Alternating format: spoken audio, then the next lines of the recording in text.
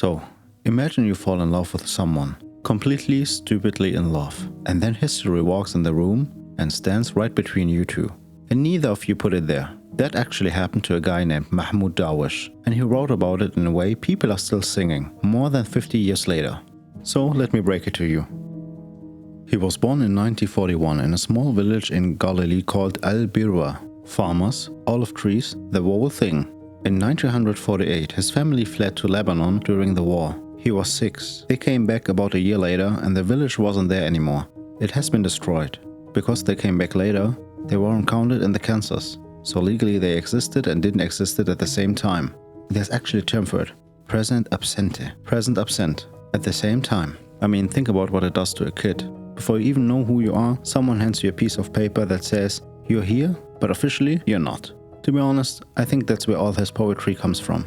Not anger, exactly. More like the lifelong argument with the world about whether he was allowed to be real.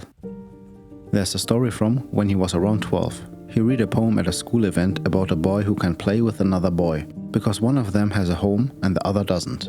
And he got called in by the military governor for it. A kid getting warned about a poem. And I don't know, most people will take it as a sign to stop writing. He took it as a sign that writing worked. In 1964, he published a poem called Identity Card.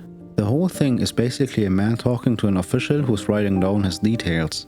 And instead of shrinking, he tells the guy to record it. That he's an Arab. Here's my number. Here are my kids. Here's my father's name. It's not violent.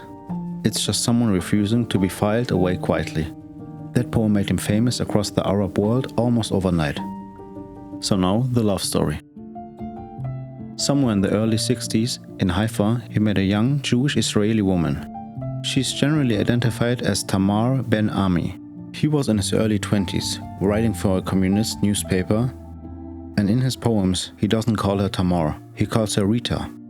Then the 1967 war happened. She ended up serving in the army, and that's it. That's the whole thing right there.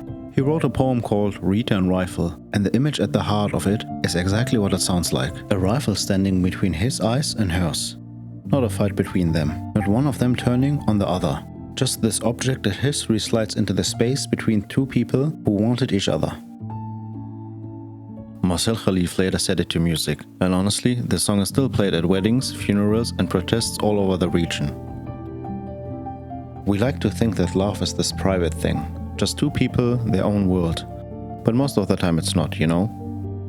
It's sitting inside a family, a country, a war, a passport, an economy. And sometimes those things are stronger than the two people are. He never wrote about her bitterness. He wrote about her like someone who understood that the thing that broke them was bigger than her. After that, his life kept moving. He left in 1970. Moscow, Cairo, Beirut, Tunis, Paris, decades of exile. He wrote the Palestinian Declaration of Independence in 1988, then resigned from the PLO's Executive Committee in 1993 because he didn't believe in the Oslo Agreement. He eventually settled in Ramallah. He died in 2008 in Houston after heart surgery. He was 67.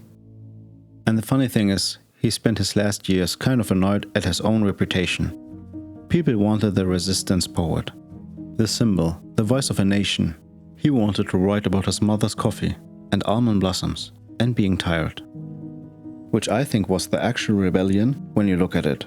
Everybody kept trying to turn him into a flag, and he just kept insisting on being a person. It's kind of crazy when you think about it. He spent his whole life being told he wasn't really there.